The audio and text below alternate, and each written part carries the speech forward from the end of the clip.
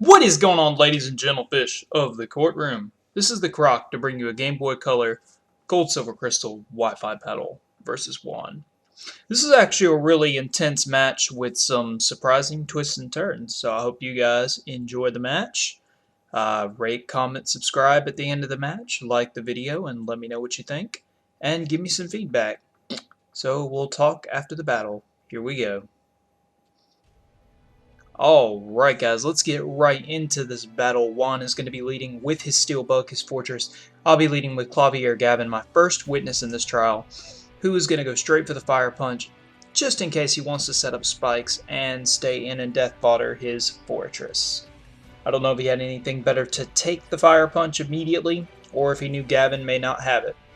So next up is going to be his Cleaner, which is going to be probably his most decisive witness that I don't really have too much to handle. Gonna go straight to Goodman, knowing probably that the Earthquake is coming. The way that he brought in Cleaner, I'm kind of leaning toward it being a Rest Talker variation of some sorts.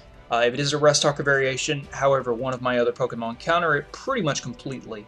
So, seeing that possibly that I may set up spikes here, is going to go straight out to his Starmie, and I have an Icy Wind ready to go. Icy Wind going to lower that speed and render that Starmie pretty useless at this point while it stays in. Now, there's no point to get rid of Goodman at this point. Bruce Goodman's still around, still investigating SL9 with his co-detective Angel Star that is going to switch in now, only to get paralyzed. I guess, you know, investigating SL9 can be very hard, devious work, especially when, after the fact, all she can do is sell lunches for a living. I guess you could do that when you're paralyzed. But anyway, back into the bout that we've got at hand. Going to take a Surf kind of nicely. The paralysis damage isn't going to be too much. Continuing to take the Surf, looking at the special bulk that Angel Star does have as the wonderful cough-up queen of my team, wondering how many of these I can take. Bar line, full paras, and shenanigans like that, which I get a couple of them right there. Trying to utilize this Moonlight here to stay at a nice healthy range, so I can do whatever I need to do with this team. Looking at my potential strategy at this point, I've got this thing locked down where it can't switch. I kind of want to deal with this because I can't really set up spikes and I can't make a lot of pushes offensively with this Starmie around. Boris can take its hits pretty well, but Clavier Gavin's not going to want to take them forever. So Angel Star is going to go for one more Moonlight here. I get majority of my health back, about 95%. Continuing to take these Surfs, I'm going to take this opportunity to growth as I take this next Surf. And I'm kind of thinking right now what I want to do. I do have Executor, which I decide to baton pass to now. Apologies for the Skype window. You know, pops up when people add people to a call. So, anyway, I'm going to go straight into the attorney Hammond, who, if you remember correctly, got Miles Edgeworth found guilty. Not Miles Edgeworth. Yanni Yogi was found innocent of the DL6 incident. So, Hammond is also going to get paralyzed. I'm going to eat a Surf, which pretty much guarantees that it doesn't have Ice Beam or he's hiding it well. But I take no time at all, just go straight for the Explosion. Instead of trying to go for the Solar Beam with the growth bonus, I just decide to fodder off Hammond. And it is going to come in hand later, because if that Marowak is indeed a Rest Talk variant, it would have countered it exquisitely. So Gavin's going to come back in here now, and I've got to look at all the witnesses I have lined up for my trial here, and I have to figure out exactly what I want to do. Taking Earthquakes is definitely not an option.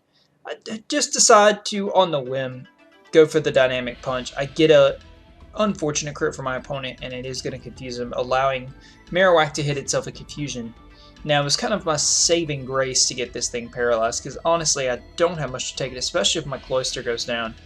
And you're going to see that it does end up being pretty close, but not to get too far ahead with those wonderful spoilers. Trying to go through my logic and tricks and my evidence, trying to figure out what I can pull out here. We've got to find something, or our client is going to get found guilty, and we're going to get swept by this Rest Talk Marowak, or Swords Dance, or to be honest, whatever variation that it is. Now, I'm going to bring in Bruce Goodman once again because we need to get this evidence transfer so we can reopen SL9. Taking the opportunity now to go for a surf, but he's going to switch into his special wall, being his Snorlax. Which is fine, you know, going to take that surf really well. Now looking at his team thus far, Starmie and Fortress going down, trying to see what could possibly be paired with those two. I decide it's probably worth it now to give up Bruce Goodman, you know, since he died in the evidence room anyway and got killed in 2 places at the same time. To give up Bruce Goodman to take out this Snorlax, most definitely going to be a major threat to my team. Next up is going to be Coco Jones, and Joe Dark will be my choice here. Joe Dark could go for Fire Blast, but Angel is probably a lot safer play. Trying to come in and take either the Sleep Powder or the Stun Spore, whichever one that he may or may not have. Which he does go for the Stun Spore. Angel can take very nicely considering she's already paralyzed from the SL9 incident and what such. Going to go into Bruce. Now being that he's going to bring in this Perish Trapper, I'm going to take this opportunity to mean look and set up Baton Pass as well. Basically my idea is, since he goes for the Perish Song right there, whatever I bring in 3 turns, both of us are going to have to go down. So whatever witness I bring into this trial is going to be like a 3-line testimony, and then they're going to be excused from the witness stand. Along with this Perish Trapper, who, considering all but 2 of my Pokemon left are slower than it, it is going to be a massive issue. It could trap my Umbreon, other than the fact that my Umbreon can Baton Pass out of it.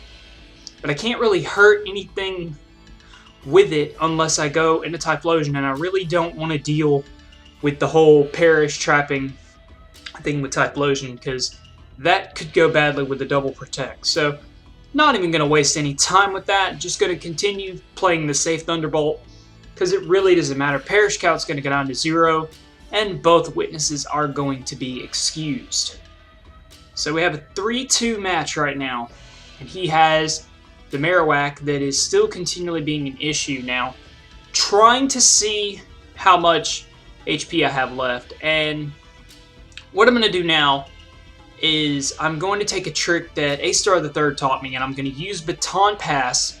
Being that I am slower, I will get the Baton Pass second as long as I'm not paralyzed, allowing me to come in and get move priority over the other. Now, seeing that he's already got that Executor, I'm going to go straight for the Fire Blast with Joe Dark. If he decides to switch out to Executor, that's fine. If not, Cleaner will be at an HP level that I can take him down with an Earthquake, knowing that he'll stay in and Death Fodder it, because Executor Psychic can easily KO me.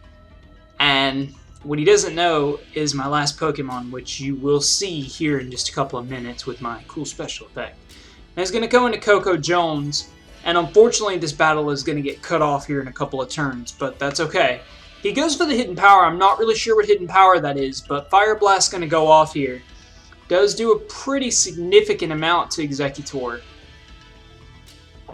And now Joe Dark's going to get leftovers, and basically I'm just going to continually go for Fire Blast, and over here I'm going to reveal my Typhlosion with that Psych-Lock, because he was never revealed. And Psychic would end up taking down my Machamp, but I do have Typhlosion in the last slot, so Neil Marshall would finish up this game.